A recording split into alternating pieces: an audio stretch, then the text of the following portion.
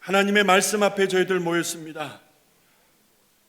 어렵고 힘든 세상을 살아갈 힘과 능을 주시고 하나님의 말씀이 우리의 심령 골수를 찔러 쪼개셔서 아직도 옛사람의 습관과 습성들이 있다면 다 도려내 주셔서 온전한 자, 완전한 자, 성인이 아닌 진짜 어른으로서, 믿음의 어른으로서 살아가는 우리 성도들, 우리 한 사람 한 사람, 우리 교회가 되게 하여 주시옵소서. 말씀에 기름 부으시고 이 말씀이 우리를 깨우너 우리를 흔들어 아버지 하나님 바르게 세우시는 능력의 말씀 되게 하여 주옵소서. 예수님의 이름으로 기도합니다. 아멘. 아멘. 여러분, 다시 복습합니다. 2월 첫 주부터 진짜 어른 시리즈라고 하는 저에게도 좀 생소한 이런 제목을 가지고 8주 연속 말씀을 준비했습니다. 그리고 그 첫날에 나는 어른인가? 라는 말씀으로 여러분과 제 삶을 돌아보는 시간을 가졌습니다. 혹여라도 내 안에 성인 아이가 있어서, 성인이라는 말은 법적인 용어라고 했습니다. 18살 혹은 21살 되면 다 성인이에요. 어른은 아닙니다. 어른은 얼우다에서 왔다라고 말씀드렸습니다. 이 얼우다라는 고어체는 결혼해서 가정을 이룬, 그래서 책임감을 갖는 그 의미라고 말씀을 드렸습니다. 자기가 하는 일, 자기가 있는 처소에서 자기가 한 말대로, 행동한 대로 책임을 질 줄 아는 사람을 어른이라고 한다면 영적인 삶에도 어른이 있어야 되겠구나라는 간절한 심정으로 이 시리즈 말씀을 준비하게 된 것입니다. 그래서 첫날 개론적인 의미로 우리는 어른인가? 가시나무와 같은 내가 나 스스로를 찌르고 나를 찾아온 심령들을 찔러버리는 그런 가시나무와 같은 인생을 우리가 살지는 않았는가? 첫날 돌아보았습니다. 그리고 지난주에 영적인 갓난아기, 그리고 영적인 아이, 그리고 영적인 청년, 그리고 영적인 어른으로서 이렇게 구분해서 말씀을 드리면서 그 첫 시간에 영적인 갓난아기의 첫 번째 특징을 요동하다라고 말씀을 드렸습니다. 요동하다.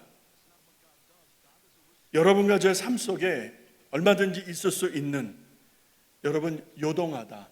이 요동이라고 하는 요자는 흔들린다라는 거예요. 흔들림은 정상적인 움직임하고 다릅니다. 내가 어떤 목적을 가지고 일을 하고, 목적을 가지고 부엌에서 음식을 준비하고, 이런 정상적인 움직임이 아니고, 흔들린다라고 하는 것은 여러분 무엇인가에 의해서, 그것이 바람이든 파도이든 어떤 말이든 어떤 상처이든 나를 흔드는 거예요. 그래서 했다 안 했다, 했다 안 했다. 그죠 여러분? 했다 안 했다, 왔다 갔다, 이랬다 저랬다. 이것을 요동이라고 하는 것입니다. 영적인 갓난아기는 요동한다 라는 특징을 여러분과 제가 지난 시간에 함께 나눈 바 있습니다. 이제 오늘 두 번째 시간, 거룩한 목마름, 거룩한 배고픔, 이것이 버림의 시작이여라 라고 제목을 준비해 보았습니다. 오늘 말씀을 시작하면서 육적인 어린아기, 이제 엄마한테서 막 태어난, 엄마가 아이를 잘 태중에 잘 양육하고 이제 때가 되어서 출산을 했어요. 이제 막 태어난 그런 육적인 갓난아기를 생각해 보시면서, 영적인 갓난아기, 교회 나와요? 예수를 믿는다고 해요? 자, 영적인 갓난아기를 한번 비유해 보십시다. 그러면 그 영적인 갓난아기와 이런 육적인 갓난아기 사이에서 어떤 공통점이 있을까 고민하며 말씀을 준비했습니다. 그 공통점을 먼저 여러분들과 함께 공유하려고 하는 것입니다. 그 첫 번째가 자기 중심적입니다. 자기 중심적. 여러분, 자기 중심적이라는 게 뭐죠? 아기는, 이제 막 태어난 아기는 배고픔과 불편함을 못 견딥니다. 그래서 어떻게 해요? 웁니다. 울어요. 다른 형편 생각하지 않습니다. 웁니다. 배고픔을 알리는 것이죠. 불편함을 알리는 것이죠. 두 번째는 감정적입니다. 이성적으로 판단하지 못합니다. 그럴 능력도 그럴 상황도 아니죠. 그래서 감정적이라는 말은 수시로 변한다는 것이죠.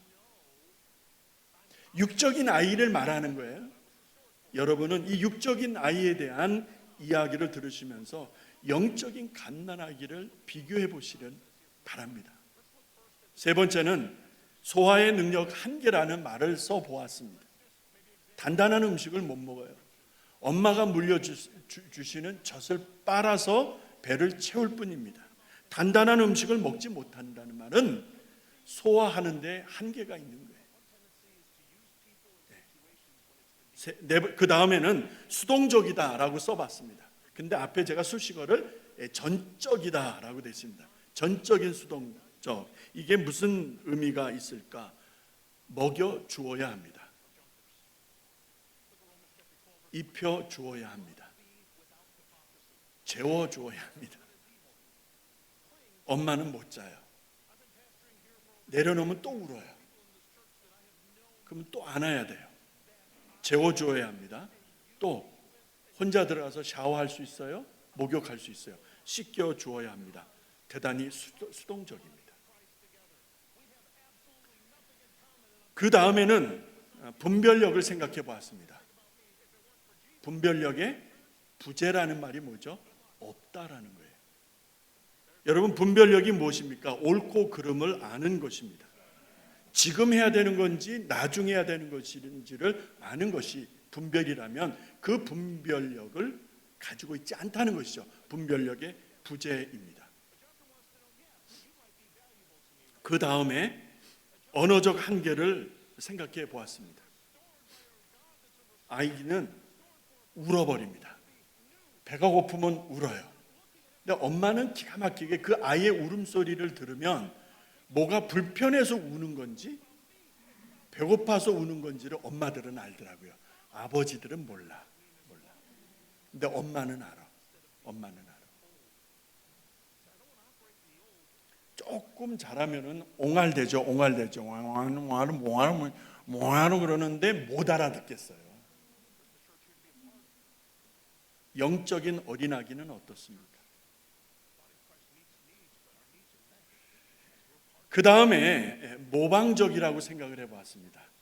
아기는 엄마를 그대로 답습합니다. 엄마의 표정, 엄마의 언어, 엄마의 소리, 가슴으로 느껴지는 엄마의 어떤 체온, 느낌, 아기는 그걸 그대로 다 흡수해버립니다. 영적인 갓난아기는 어떨까요? 하나님을 이렇게 답습하려고 애쓴다면 얼마나 좋을까? 그런데 사람 중심인데 사람을 따라다닙니다. 그러다 보니까 이제 마지막입니다. 처음부터 지금 종까지 모방전까지 이렇게 쭉 이러다 보니까 마지막 결론이 저는 이렇게 생각했습니다. 방종적 혹은 임의적이라는 말이 뭡니까? 다 자기 마음대로라는 거예요. 다 자기 뜻대로라는 거예요. 울어버리면 되는 거예요. 싸면은 되는 거예요. 영적인 갓난아기가 이러한 모습과 무엇이 얼마나 다를까 생각을 하면서 참 많이 깨닫게 되었고 마음 한편으로는 두렵기도 했습니다. 여러분과 저의 삶 속에 어떤 모양으로든지 이런 부분들이 있을 수 있기 때문에 부록의 나이 40을 지나 우리 교회가 49살이 되었습니다. 육신의 나이는 49살이에요. 영적인 나이는 몇 살쯤 된 교회일까? 어제 말씀을 준비하면서 많은 고민을 했어요. 우리 교회는 하나님 영적인 나이가 몇 살쯤 된 교회입니까? 49에 준하는 성숙한 언어와 행동이 있는 교회인가? 그래서 주님이 기뻐하시는 교회를 이루고 있는가? 스스로에게 묻다가 안타깝고 두려운 마음 갖게 되었습니다. 잘해야 되는데 잘하지 못하고 있다면 이거는 정말 부끄러운 것입니다. 육신적으로도 잘해야 되는 아이가 어떤 이유든 간에 어떤 병이 있든 어떤 육체적인 어떤 의료적인 문제가 있어서 잘하지 못한다고 한다면 그게 얼마나 안타까워요. 그게 얼마나 가족들 안에 그를 아는 모든 이들에게 얼마나 마음이 정서적으로 관계적으로 힘이 든 일입니까? 그렇죠? 영적인 부분은 어떻습니까? 잘해야 되는데 잘하지 않는다면 이것이 스스로에게도 그렇지만 하나님 앞에 그리고 이 사회 가운데서 얼마나 부끄러운 일인가. 우리 교회는 혹시 성인 아이는 아닌가? 겉은 분명히 49살 된 교회인데 아직도 아이가 있는 거야, 내 안에. 그리고 그 아이는 가시나무와 같아서 자기도 찌르고 남도 찌르는 그런 상황은 아닐까 하는 가정과 함께 말씀을 준비하게 되었습니다. 여러분, 만약에 이런 경우라면, 만약에 이런 상황이 있을 수 있다라고 한다면 그 이유가 있을 것이고 그 이유를 저는 베드로전서 2장 1절에 근거해서 여러분과 함께 찾아보려고 하는 것입니다. 사도 베드로가 이렇게 증언을 합니다. 2장 1절에서 그러므로 모든 악독과 모든 괴율과 외식, 시기, 모든 비방을 버리라 라고 말씀을 합니다. 여러분, 잘해야 되는데 잘하지 못한 영적 악의 단면이라는 거예요. 잘해야 되는데 잘하지 못한 교회의 단면이라는 거예요. 종교인들이라고 할 수가 있겠죠. 그리스도인이 아니라 몰라서 실수해서 생겨진 문제가 아니죠. 적어도 저 5가지는 의도적이고 계획적이에요. 아는데도 하는 거예요. 이렇게 하면 안 되는데도 안 되는 거 알면서도 하는 거예요. 의도적이고 계획적인 것이죠. 몰라서 실수해서 생기는 그런 문제가 아니라는 걸 여러분이 잘 아시잖아요. 우리가 잘 안다고요. 보세요. 예. 이런 것들이 있어서 우리의 믿음과 우리의 신앙생활이 잘하지 못한다라고 한다면 이것은 맹독과 다르지 않다라는 것이죠. 여러분, 맹독이에요. 맹독을 가진 뱀에게 물리면은요 죽습니다. 죽어. 근데 이 맹독을 가진 이 문제가 여러분 치유하지 않으면은 죽어요. 어떻게 됩니까? 어떻게 돼요? 죽잖아요, 여러분. 잘하는데 잘하지 못하게 하는 맹독이 있을 수 있다는 것 아니겠습니까? 오늘 시편 말씀 106편을 여러분 집중해 보시기 바랍니다. 아까 함께 읽었던 이 말씀에서 이스라엘의 모습을 우리가 볼 수 있어요. 이스라엘의 모습이 어떤 모습입니까? 어떤 모습으로 보여지죠? 하나님이 하신 일을 잊었다라는 거예요. 하나님의 하신 일, 하나님이 홍해를 가르시기 전에 애굽에서 하신 일, 그리고 홍해를 가르시고 그 강력한 바로의 군대를 그 물로 다 덮어버리시고, 그리고 광야로 이끄시지만 하나님이 어떻게 행하셨는지 하나님이 구체적으로 말씀하시고 역사하셨지만 이스라엘 백성들이 잊어버린 거예요. 몰라서 잊어버렸을까요? 아니요, 의도적으로 버리는 것입니다. 하나님을 버리는 거예요. 실수가 아니라 이 말입니다. 의도적으로 하나님을 거부하기 시작하는 거예요. 어떤 결과가 초래되어집니까? 그 결과를 여러분 2장 1절을 통해서 여러분과 좀 나누려고 하는데요. 그래서 지난주에 여러분 요동하다라고 하는 말씀을 미리 드렸던 것입니다. 흔들리는 거예요. 하나님을 의도적으로 버리고 또 거리를 두고 다른 것을 더 의지하게 되니까 여러분 그 삶이 어떤 모습일까라는 거예요. back and forth by the waves.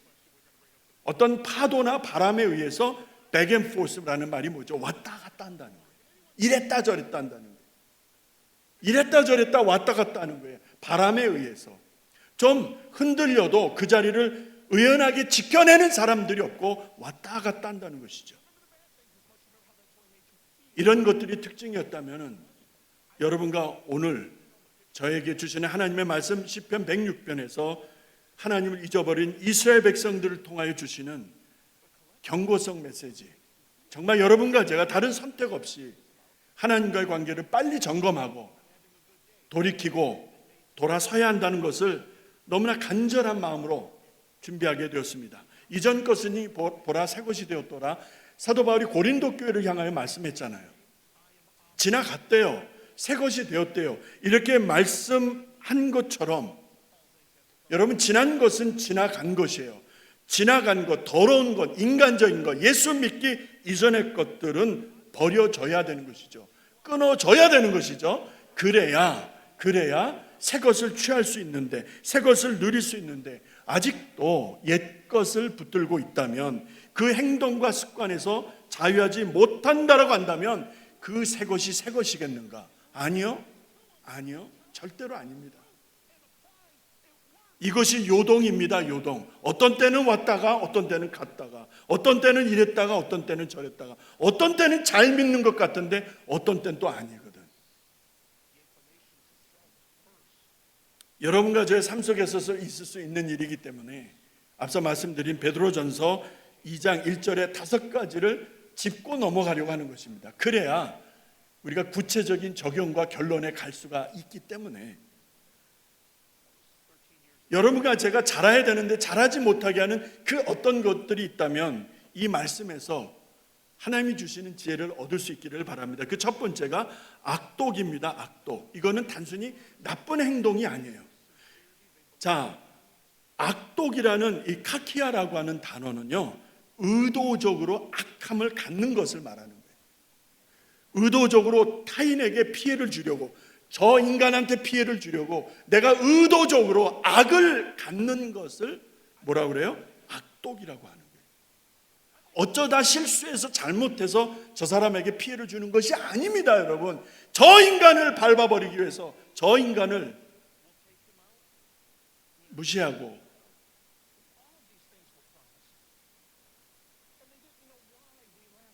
의도적으로 마음에 적개심을 갖는 거예요. 적개심. 의도적인 것이죠.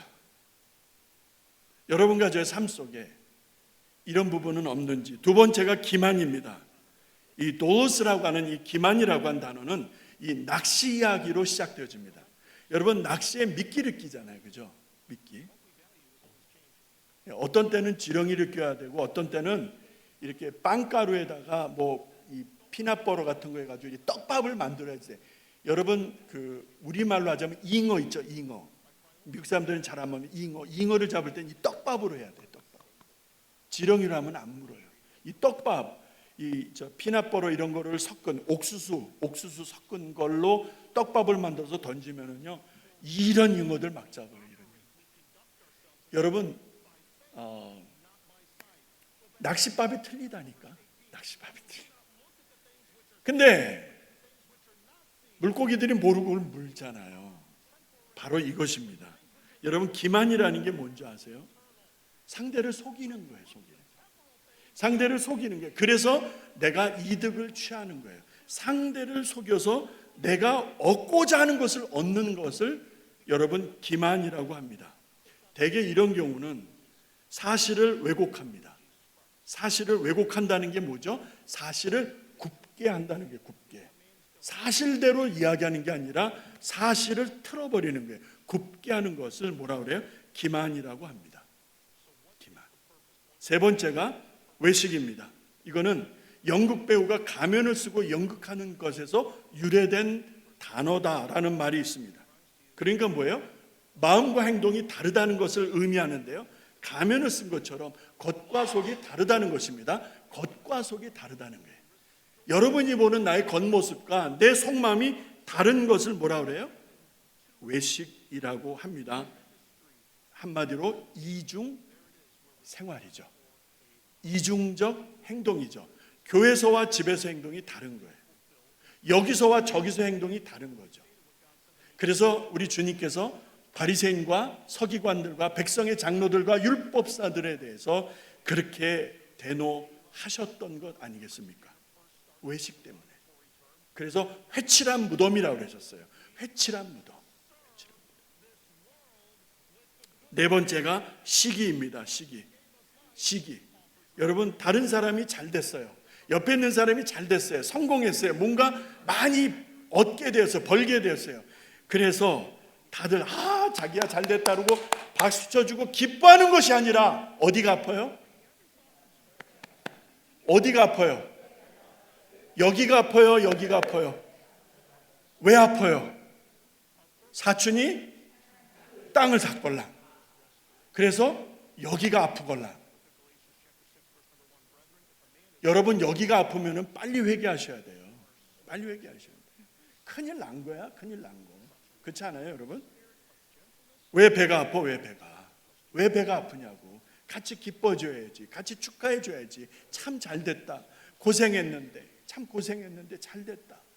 빈말이라도 한마디라도 위로해줘야 되지. 배가 아픈 거야. 배가 아픈 거. 이게 시기입니다. 마지막 다섯 번째가 비방입니다. 비방. 말로 상대방을 깎아내리는 것입니다. 카더라. 사실이 아닙니다. 추론입니다. 짐작입니다. 카더라. 아니면 말고. 목사님은 다 아는데 뭐. 목사님 다 알고 계시는데 뭐. 그 다음 말은 제가 안 할게요. 그 다음 말은 제가 안 할게요. 그 사람이 없는데 수근수근 하는 거, 이것을 비방이라고 하는 거예요. 비방. 야고보서가 4장 11절에서 이렇게 증언을 합니다. 형제들아, 서로 비방하지 말라. 비방하지 말라. 이것은 너희가 율법을 판단하는 것이라. 다시 말해서 하나님의 말씀, 하나님을 판단하는 것이라. 비방하지 말라고 이렇게 증언하고 있습니다. 여러분, 지금 말씀드린 이런 다섯 가지만이겠습니까? 그러나 베드로전서 2장 1절에 말씀하는 이 다섯 가지 경우로 본다면 이런 것들이 우리 안에, 내 안에 있을 때는 사랑이 깨어지고 관계가 단절되어지고 공동체의 질서가 여러분 무너진다는 거예요. 절대로 공동체의 질서가 세워질 수가 없어요. 서로의 관계가 이어질 수가 없어요. 다 끼리끼리만 놀거든요. 연합하여 함께 더불어 함께 어울리지를 않아. 절대로. 그리고 그의 사랑은 이어질 수가 없죠. 깨어지는 것이죠. 그러다 보니까 서로 아픔이 있는 거예요. 마음도 아프고 그 사람에 대해서 섭섭하고 이렇게 지내는 사람들이 참 많다 싶습니다. 여러분은 어떠십니까? 우리는 어떻습니까? 잠시 전에 시편 106편을 읽었죠. 13절부터 이렇게 쭉 읽어지는 말씀을 보면 특별히 13, 14절에서 여러분과 제가 집중해야 될 키워드가 발견이 되어집니다. 13절을 여러분 보시기 바랍니다. 13절 우리 같이 한번 집중해서 볼까요? 13절 같이 읽어봅니다. 13절 시작. 저희가 미구의 그 행사를 잊어버리며 그 가르침을 기다리지 아니하고. 보세요. 이스라엘 백성들이 하나님을 잊어버린 거예요. 이스라엘 백성들이 하나님을 잊어버렸는데 실수로 잊어버렸는가, 어쩌다 보니까 잘못해서 잊어버렸는가가 아니라는 것이죠. 저 잊어버렸다는 게 무엇이죠? 의도적인 거라는 거예요. 악의적이라는 거예요. 그래도 우리가 애굽에 있을 때는 고깃국을 먹었잖아. 그 고깃국이 무엇인데 그 고깃국 먹었잖아 이러면서 하나님께 대한 원망과 지도자 모세에 대한 불평을 쏟아 놓는 것을 보시기 바랍니다. 하나님은 의도적으로 버리는 거예요. 그런데 그 버리는, 하나님을 잊어버리는 결과가 무엇입니까? 하나님의 가르침을 기다리지 않고 욕심을 크게 바라고 그 다음에 하나님을 시험하는. 여러분, 저기서 시험한다라는 말에서 생각나는 사건이 없어요? 예수님이 공생애를 시작하면서 40주야를 금식하시고 하나님 앞에 기도하면서 일을 시작할 때에 마귀가 와서 무엇을 했다? 시험을 했다. 야, 배고픈데 이거 돌로 떡덩이를 이렇게 해서 먹고 기운 차려서 그냥 빡세게 기도해. 그게 더 낫지 뭐하러 금식하냐. 그래서 마귀가 와서 예수님을 시험하는 모습을 잠깐 떠올려 보시기 바랍니다. 이스라엘이 누구간데, 이스라엘이 도대체 어느 인생들이 간데 하나님을 시험한단 말입니까? 지금 사태가 이 지경이 된 거예요. 자, 그러면 저 미구라는 말을 짚고 넘어갑니다. 저 미구라는 말은 한자에서 온 거예요. 저 미자는 아니다라는 뜻입니다. 아니다. 아닐 미자입니다. 그 다음에 저 구자는 오래되었다라는 것입니다. 오렐구. 그래서 오래지 않는 상태. 그러니까 영어로 얘기하자면 soon, 조만간, 곧이라는 뜻이 바로 미구에라는 뜻입니다. 미구에라는 말은 조만간, 금방, 곧 이런 뜻이에요. 자, 그렇다면 13절을 보시게 되면 그렇게 오래되지 않았는데, 말로 표현하자면은요, 아직 잉크가 마르지 않았는데, 그런데 하나님을 버렸잖아. 그런데 하나님을 잊어버렸잖아. 누가요? 이스라엘이 하나님을 의도적으로 버렸잖아. 하나님을 의도적으로 무시하잖아. 결국에는 하나님을 시험하는 저 악함을 드러내는 것이 이스라엘이었다면 저 모습과 저 그림이 오늘 우리들에게 무엇을 교훈하시는가? 무엇을 하나님은 말씀하고 싶으실까? 영적 갓난아이 두 번째 시간에 하나님은 무엇을 우리에게 말씀하고 싶으실까? 고민 많이 했습니다.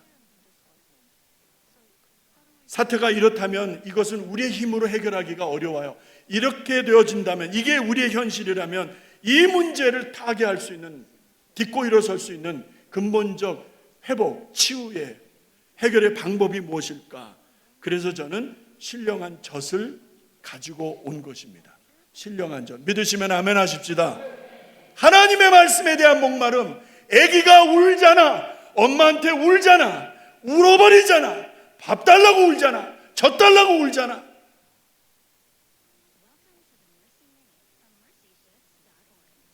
하나님의 말씀에 대한 목마름이 내게 있느냐는 거예요, 여러분.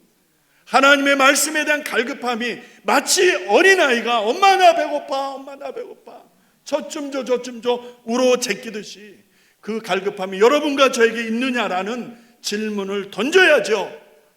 하나님의 말씀이 내 안에 담겨져야 되는 이유가 바로 여기 있습니다. 내 심령을 흔들어 깨울 수 있는 유일한 방법, 그 능력은 하나님의 말씀인 줄로 믿습니다. 그래서 시작되어야 되는 거예요. 버릴 거 버려야 되는 것이죠. 버릴 거 버리세요, 제발. 생존을 위해서 갓난아기는 본능적으로 울잖아. 본능적으로 울잖아. 적어도 이런 울음이, 이런 갈급함이, 이런 사모함이 여러분과 저에게 있느냐라는 거예요. 울어야 되잖아. 울어야 되잖아. 간절히 사모해야 되잖아. 하나님 내게 말씀을 달라고 요청해야 되는 거잖아. 그래야 성장할 수 있는데, 그래야 자랄 수 있는데, 그래야 하나님의 말씀이 내 심장을 도려내고 치유하시고 가르치시고 책망하시고 능력도 주시고 하실 텐데 하나님의 말씀에 대한 갈급함이 없어. 시편 42편에서 시편 기자가 이렇게 고백하잖아요. 하나님이여 목마른 사슴이 그 물을 찾아다니듯이 내 영혼이 하나님을 간절히 사모합니다. 여러분, 이런 심정을 가져본 적 있느냐는 거예요. 교회만 다니시지 말고 하나님을 갈망합니다. 하나님 보고 싶습니다. 하나님 느끼고 싶습니다. 하나님 내 귀로 듣고 싶습니다. 그렇게 간절히 피를 토하는 심정으로 호소하고 또 기도하고 바라면은 하나님이 가만히 계시겠느냐는 거예요, 여러분. 할렐루야. 그리스도인이라면 갈망해야죠. 정상적인 그리스도인이라면 울어야죠. 하나님 나 배고파. 하나님의 말씀을 나 좀 여기다 담아달라고. 내가 성경 읽는 정도가 아니라 하나님이 계시적으로 능력으로 내게 부어주시는 말씀, 그 말씀 하나만 있으면 여러분 인생을 살아낼 수 있는데 그 말씀이 없으니까 왔다 갔다 하잖아. 왔다 갔다. 했다 안 했다 하잖아. 했다 안 했다. 내 영혼이 목말라 울 수 있다면 이것이 은혜인 줄로 믿습니다. 구체적인 적용으로 이제 갑니다. 말씀을 마치기 전에 야고보서 4장 7절은 여러분과 제가 같이 읽어야 될 것 같아요. 하나님의 말씀이 필요하다는 걸 알았어요. 그럼 이 말씀을 어떻게 적용해야 될 것인가? 일상에서. 여기서 하나님이 지혜를 주십니다. 같이 읽습니다. 시작. 그런즉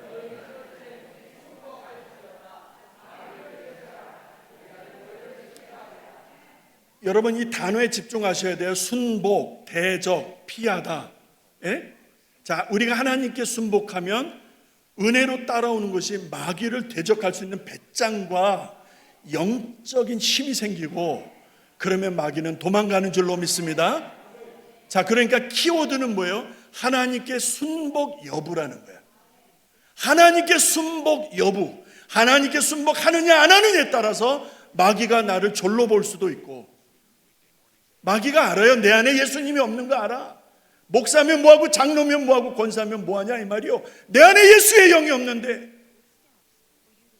그가 알아. 그가 안다 말이에요. 원수 마귀가 안다 이 말입니다. 내 안에 텅텅 비어있는 걸 안다고. 아무리 내가 부족하고 연약하고 남한테 내놓을 거 없어도 내 안에 예수의 영이 있어봐. 그 예수의 이름으로 명해봐. 마귀는 도망갈 줄로 믿습니다. 하나님의 말씀대로예요. 그래서 여기서 순복하다는 것을 여러분과 제가 짚고 가야 돼요. 이 순복하다는 것을 어저께 제가 그 의미를 찾고 너무 기뻐했어. 그 오늘을 기다렸어요. 빨리 나누고 싶어서. 저 순복이라는 단어의 헬라어는 후포타소라는 단어인데요. 이 후포라는 단어와 타소라는 단어가 합해진 단어입니다. 이 후포라는 단어는 그 언더라는 말이에요. 언더, 뭐뭐뭐 아래, 뭐 상 아래, 다리 아래, 뭐 이런 거예요. 뭐뭐 아래라는 뜻이고요.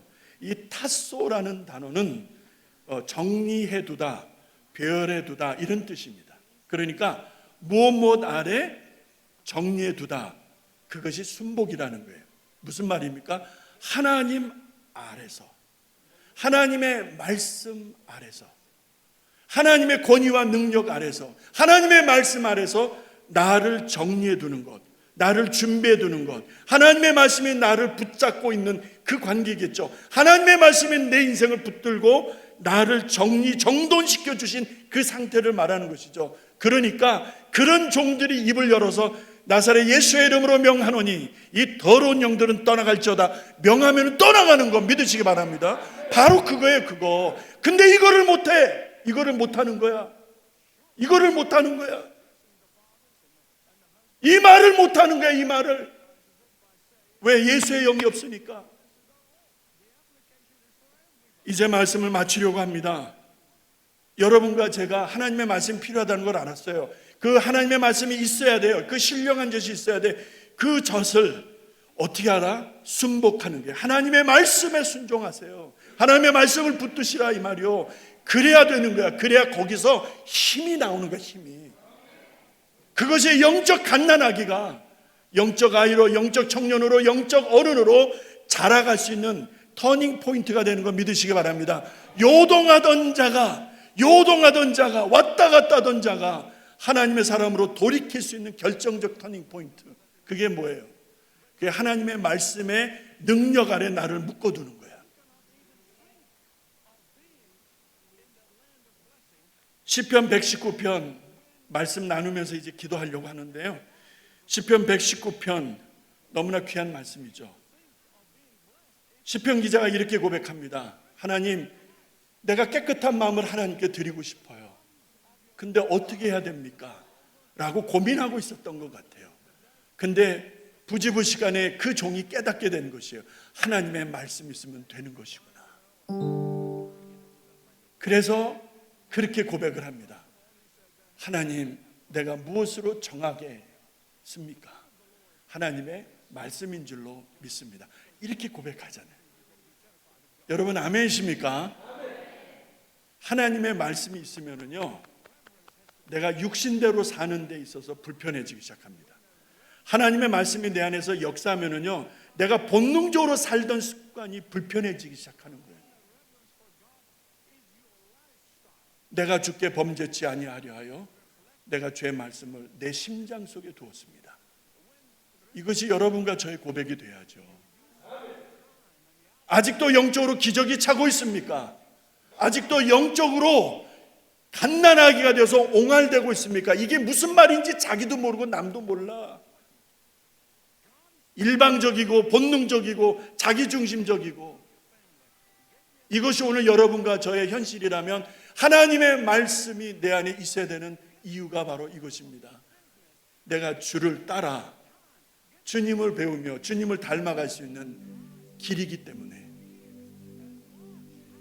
베드로전서 2장 1절에서 말씀하시는 그 5가지 외에 또 많은 죄악들이 나를 시시때때 유혹하고 시험하는데, 내 힘과 능으로는 내가 나를 지킬 수 없고 버텨낼 수가 없는데, 목사라도 버텨내지가 않는데, 힘들어서 안 되는데, 근데 하나님의 말씀이 나를 붙드시니까 되더라 이 말입니다.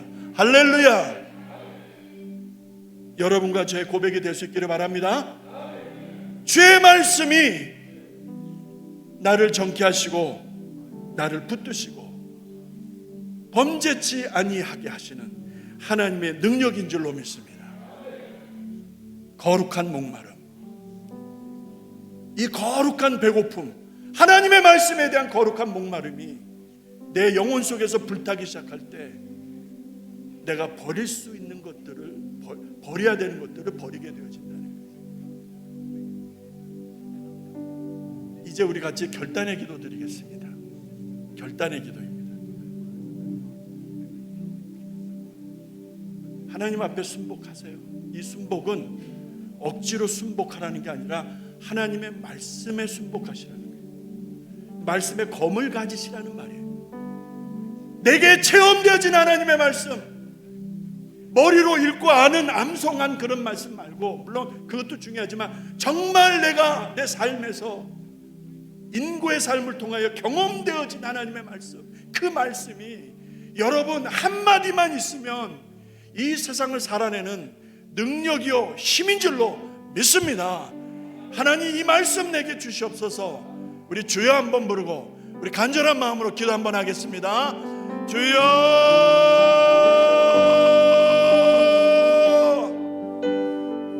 아버지,